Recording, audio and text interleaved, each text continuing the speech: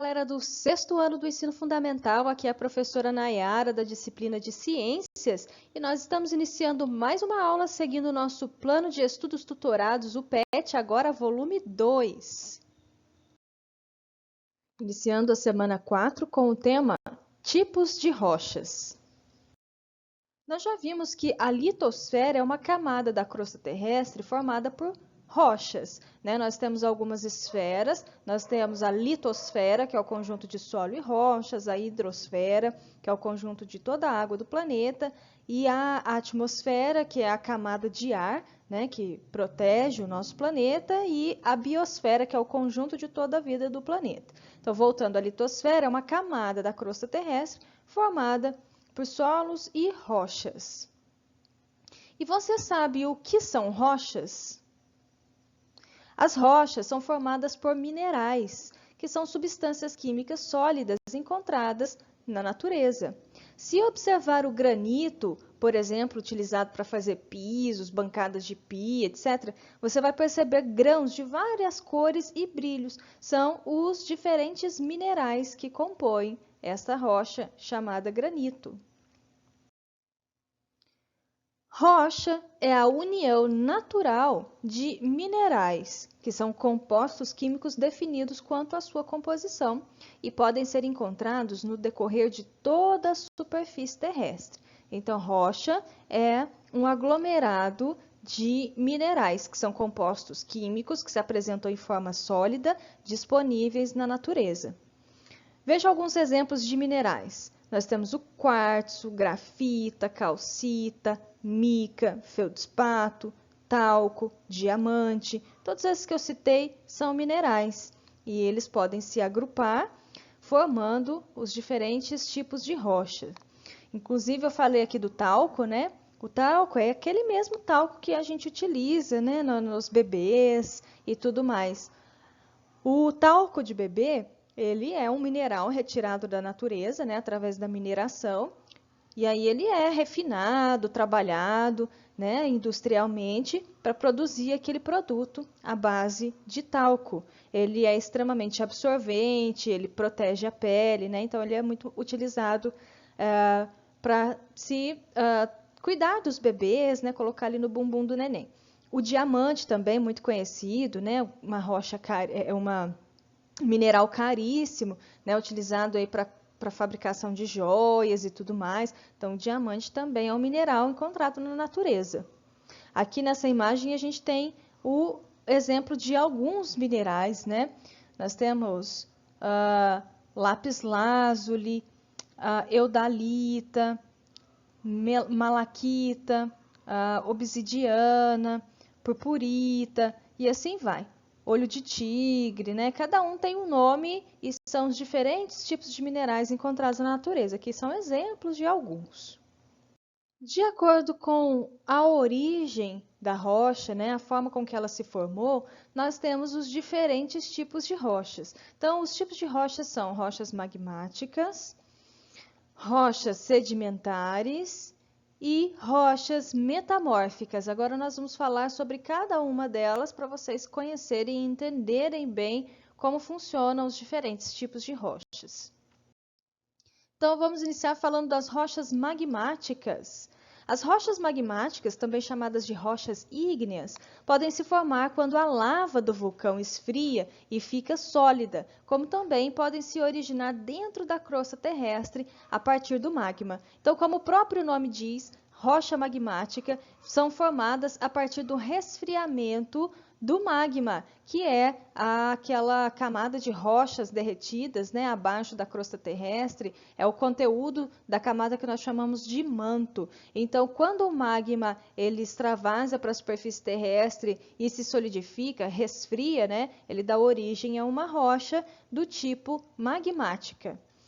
São exemplos de rochas magmáticas: o basalto, que é o tipo de rocha mais comum, né, magmática mais comum, e é muito utilizado como paralelepípedo para o calçamento de ruas. Inclusive aqui em Guaxupá nós temos várias ruas com paralelepípedos, né?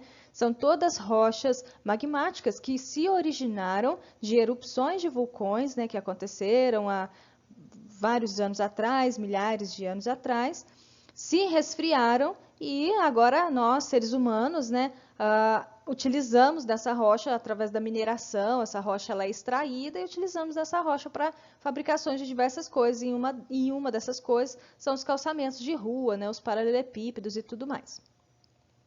O granito é uma rocha que, quando polida, é usada no revestimento de pisos, paredes, tampo de pias, de cozinha, de mesa de cozinha, né, de banheiro. E sem o polimento, é usado como calçamento de ruas. Então, o granito é uma rocha aí bastante comum, né, no nosso dia a dia, porque ela é muito utilizada. E é uma rocha magmática que se originou também do resfriamento do magma. O diorito é uma rocha cuja finalidade é especialmente fazer pedra britada para a construção de estradas. Vocês já ouviram então falar da pedra brita, né? Muito utilizada na construção. Sempre que vai ter uma reforma, tem que ter ali a pedra brita. E o que é a pedra brita? É essa rocha, né, chamada de diorito, que ela foi trabalhada, né, transformada em pedras menores, e também é uma rocha de origem magmática, né? É uma rocha magmática. Outro tipo de rocha são as rochas sedimentares. Elas são compostas de várias camadas ou estratos que são formadas por grãos de outras rochas que se depositam em camadas e se unem. Então, as rochas sedimentares, elas são formadas pelos restos de outras rochas, né? A ação de alguns fatores, como, por exemplo, a chuva, o vento, a água dos rios, as ondas do mar, as variações de temperatura, os seres vivos, né, a ação dos seres vivos ali sobre as rochas. Todos esses fatores desgastam aos poucos as rochas e vão transformando essas rochas em pequenos grãos, né? Todas as rochas. Então, elas vão sofrendo a ação desses fatores e vão se fragmentando. Esse processo de fragmentação, de desintegração das rochas, né, através do vento, da água, da ação dos seres vivos, da ação das temperaturas e tudo mais, é chamado de intemperismo. Então, o intemperismo, né, esses fatores combinados, vão desfarelando as rochas, vão fragmentando as rochas, e esses fragmentos vão sendo transportados, né, esses pequenos grãos, que vão se soltando ali das rochas, que vão se desgastando ao longo do tempo, vão sendo depositadas nos fundos dos rios, dos lagos, dos oceanos. E ao longo do tempo, esses grãos se acumulam em camadas. E o peso das camadas de cima vai exercendo uma pressão, né? Vai comprimindo as camadas de baixo, e essas camadas de baixo vão ficando cada vez mais compactas. E a ação, então, dessa pressão das camadas de cima e a ação, né, do passar dos anos, dos milhares de anos, vão fazendo com que essas camadas se compactem e deem origem a uma nova rocha, as chamadas de rochas sedimentares. Então, as rochas sedimentares são formadas por sedimentos de outras rochas, que foram desgastadas com o passar do tempo, a partir de um fenômeno chamado de intemperismo. O que é o intemperismo mesmo? É o conjunto de fenômenos, né, como o vento, a água, a chuva, a ação dos seres vivos, as variações de temperatura que vão desgastando as rochas. E aí esses fragmentos que vão se soltando das rochas vão sendo transportadas pelo vento, pela chuva, vão se depositando em regiões, né, principalmente no fundo de lagos, de rios, de oceanos. Então essas camadas de fragmentos de rochas vão se depositando umas sobre as outras, e aí as camadas de cima vão formando, vão exercendo uma pressão sobre as camadas de baixo, e com o resultado, né, o passar de milhares de anos com esse depósito desses sedimentos, vai se originar um novo tipo de rocha, chamada rochas sedimentares. Por isso que elas têm, então, essas camadas, né, muitas vezes aqui de cores diferentes. É possível visualizar, então, claramente, né, essas camadas, que são as camadas das rochas sedimentares. São exemplos de rochas sedimentares. O arenito, que é empregado na fabricação de vidros. Bonito, arenito, né? Olha só. A argila, que é empregada na fabricação de tijolos e telhas, né? Aqui nós temos a argila em pó, mas se misturar com água, logo ela vai formar uma massa resistente ali, e é possível utilizar, né, a argila para fabricar tijolos, existem também a fabricação de vasos, né, cerâmicas a partir de argila e tudo mais. E também o carvão mineral, que é utilizado como combustível. Carvão mineral é um tipo de rocha sedimentar com grande valor econômico, né? Muito utilizado como combustível nas indústrias, né? Combustível para os fornos e tudo mais. É legal a gente entender que o carvão mineral não é esse carvão que a gente utiliza no dia a dia ali para fazer churrasco, por exemplo. Aquele é o carvão vegetal. É o carvão feito a partir da queima de madeira, né, na temperatura certa, ali nas condições certas. Aquela madeira vai se transformar em carvão e a gente pode utilizar esse carvão para fazer o nosso churrasco e tudo mais. Já o carvão mineral é um outro tipo de carvão, ele é formado a partir desse processo aí de sedimentação ao longo de milhares de anos, né, formado num processo bem específico nas camadas mais internas da Terra, sofrendo pressão, sofrendo ação da temperatura ao longo de milhares de anos. Então, os restos de vegetais, de árvores e tudo mais vão sofrendo esse processo, vão sendo compactados nas camadas mais internas da Terra e, com o passar de milhares de anos, tem-se como resultado o carvão mineral. Então, o carvão mineral ele é encontrado nas camadas mais internas, né? Então, por isso, a extração dele é feita a partir de mineração. Então, tem os locais, né, onde há minas de carvão mineral, onde se vai retirando para poder utilizar nas indústrias e tudo mais. Então, aqui é um esqueminha mostrando para vocês a formação das rochas sedimentares. Então, aqui, primeiramente, nós temos uma rocha, né, uma cordilheira aqui de montanhas, uma cadeia de montanhas rochosas, e essas rochas, elas vão sofrendo a ação da chuva, do vento e de outros agentes que vão desgastando essas rochas, né? Esse processo aqui é chamado de intemperismo, né? O conjunto desses fatores é o chamado intemperismo, e esses fragmentos eles vão sendo transportados pelos rios, né, pela água da chuva, pelo próprio vento, vão sendo transportados e depositados em depressões, né, que são com relação ao relevo, são partes baixas, né, de terrenos ou mares, e geralmente aqui no fundo de rios, lagos, oceanos, mares, né? E depois o peso das camadas de cima, né, com o depósito de várias camadas, vão se formando aqui. O peso das camadas de cima comprime as de baixo, né, e a água e os sais minerais e todos os fatores que vão ocorrendo ali ao longo desses milhares de anos vão transformando esse depósito de sedimentos em um novo tipo de rocha, as chamadas rochas sedimentares. Então, nós temos aqui uma camada, depois outra camada, outra, e outra, e outra, e outra, e mais sedimentos se formando aqui. Então, as rochas sedimentares vão se formando dessa forma. Tudo isso leva milhares ou até milhões de anos para acontecer e continua ocorrendo enquanto a rocha existir. Então, todas as rochas, elas sofrem a ação do intemperismo, elas vão se desgastando, seus fragmentos vão sendo transportados, vão sendo depositados, umas em camadas, né, umas sobre as outras, e as rochas sedimentares vão se formando nesse processo contínuo.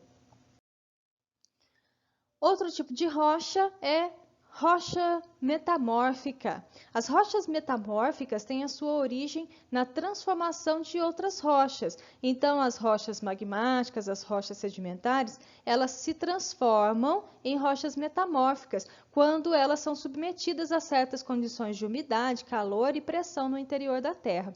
Então, se eu tenho uma rocha magmática, uma rocha sedimentar, e essas rochas elas sofrem a ação de fatores como pressão, temperatura lá no interior da Terra, né? Quando elas são empurradas para camadas mais internas da Terra e sofrem esses fatores de ação, pressão, umidade, temperatura, elas vão se transformando em um outro tipo de rocha, as chamadas rochas metamórficas.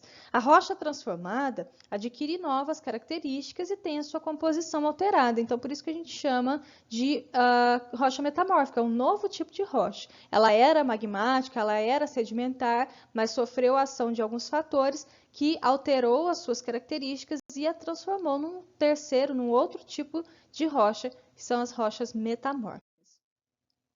São exemplos de rochas metamórficas. O mármore, que é bastante utilizado na construção e na criação de monumentos, esculturas.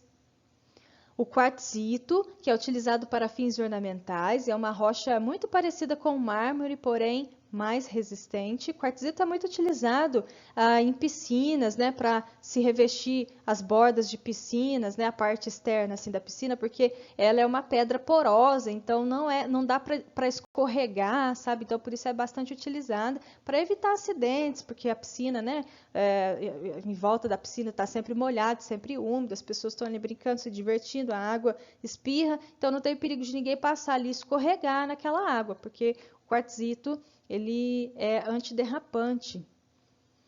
E o gneiss, que além de ser utilizado na ornamentação, é também utilizado na construção civil. Vamos falar um pouco agora dos fósseis e das rochas sedimentares. Lembram das rochas sedimentares, aquelas que vão se formando a partir do depósito de sedimentos, né? De rochas que são fragmentadas, se depositam no fundo de rios, vão formando uma camada sobre a outra, dentro de milhares, milhões de anos, nós temos a formação das rochas sedimentares.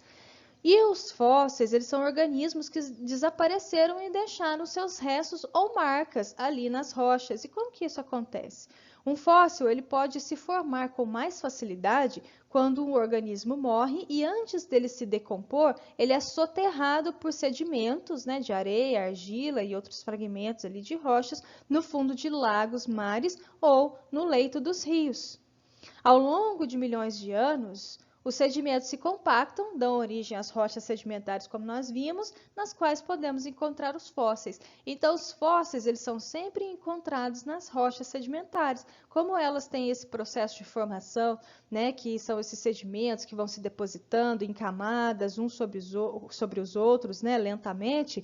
Então, nesse meio tempo, os seres vivos que estão ali vivendo, ali naquele ambiente, naquele oceano, naquele lago, porventura morrem, né? E ficam ali no fundo daquele rio, no fundo daquele mar, ali naquele local específico, e os fragmentos das rochas, né, estão ali sendo depositados, né, naturalmente, e quando esses animais estão ali, esses sedimentos acabam soterrando esses organismos mortos, né? E quando vai acontecer esse processo de formação das rochas sedimentares, esses organismos vão ficar ali, né, no meio daquela rocha. Então, quando nós estamos explorando o ambiente, né, porventura ali acontece de um especialista, um pesquisador, um arqueólogo, até mesmo por acaso alguém encontra ali um fóssil numa rocha, né? Então, nós temos registros desses animais, desses organismos que viveram há milhões de anos no nosso planeta Terra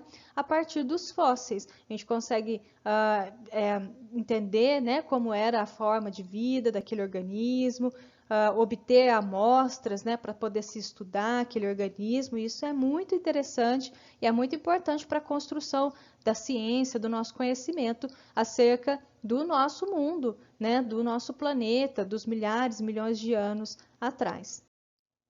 Estudando a formação das rochas e dos fósseis, os cientistas descobriram que a idade de um fóssil corresponde aproximadamente à idade do terreno em que ele se encontra. Então, se um fóssil ele tem 2 milhões de anos, significa que aquela rocha ela tem mais ou menos essa idade também, né? Porque os fósseis, eles se formam nas rochas. Então, o animal morre, a rocha continua se formando ali. E as duas coisas, né? A formação dos fósseis e a formação daquela rocha, acontece praticamente ao mesmo tempo. Em geral, quanto mais profunda uma camada de rocha, mais antiga ela é. Portanto, os fósseis daquela camada são mais antigos que os fósseis encontrados em camadas superiores, como pode ser observado na figura ao lado. Então, uma rocha sedimentar ela é composta por várias camadas e nós podemos ter diversos fósseis diferentes em cada uma dessas camadas, né? Como é fácil a gente compreender, a gente entender, uma vez que nós vimos aí como acontece a formação dessas rochas sedimentares e a formação desses fósseis. Então, os fósseis que estão localizados nas camadas mais abaixo são os fósseis mais antigos, e os fósseis que estão localizados nas camadas de cima são fósseis mais recentes, né? Então, isso é fácil de entender.